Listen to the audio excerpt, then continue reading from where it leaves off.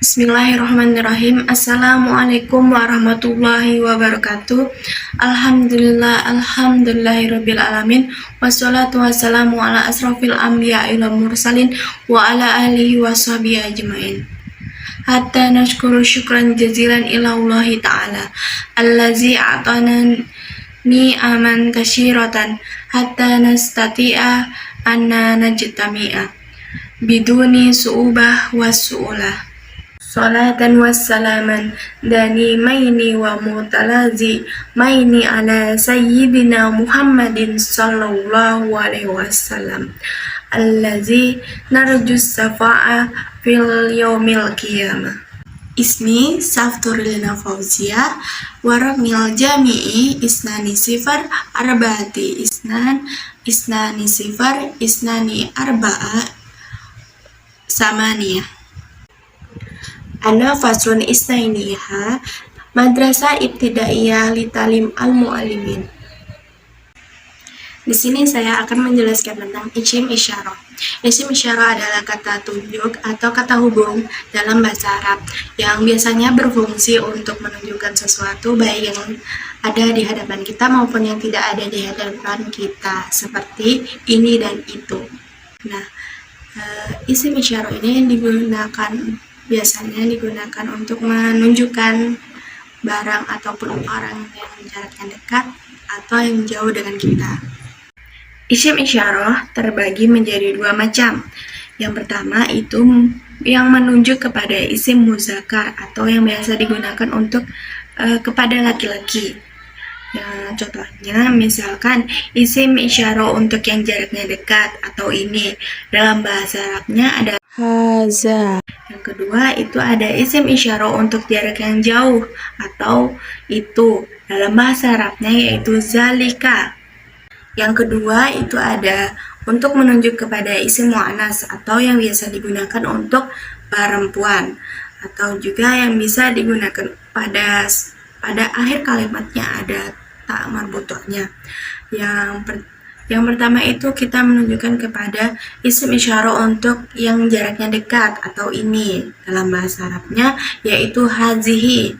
Yang kedua ada isim isyarah yang untuk jarak yang jauh atau itu. Dalam bahasa Arabnya yaitu tilka.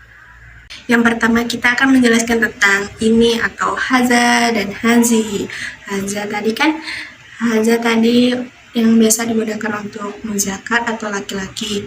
Misalkan haza yang jarak dekat, misalkan haza Husain, ini Husain, karena Husain itu jaraknya dekat dengan kita, jadi kita pakai haza Husain, ini Husain. Contoh untuk kata bendanya kita bisa menggunakan misalkan haza kitabun. Nah itu tidak ada tak marbutohnya kan. Jadi kita buat menggunakan haza.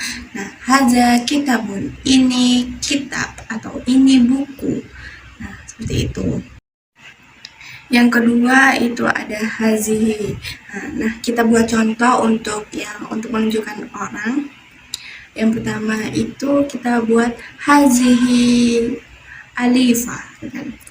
Ini alifah, karena alifah itu berada dekat kita, jadi kita menggunakan hazihi alifah karena alifah itu dekat dengan kita. Nah, contoh yang kedua itu untuk kata benda atau kata untuk barang, misalkan hazihi saburatun. Nah, ini papan tulis, karena di dalam saburoton ada tak marbuto, jadi kita menggunakan hazihi saburoton, ini papan tulis. Selanjutnya di dalam isim isyarah terdapat kata itu dalam bahasa Arabnya zalika dan tilka. Nah, zalika ini digunakan untuk muzakkar atau laki-laki dan tilka itu digunakan untuk mu'annas atau perempuan. Yang pertama kata itu untuk yang zalika atau untuk yang muzakkar laki-laki. Nah, contohnya misalkan zalika Husain. Karena Husain itu misalkan Husain itu berada jauh dari kita menggunakan zalika. Zalika Husain, itu Husain.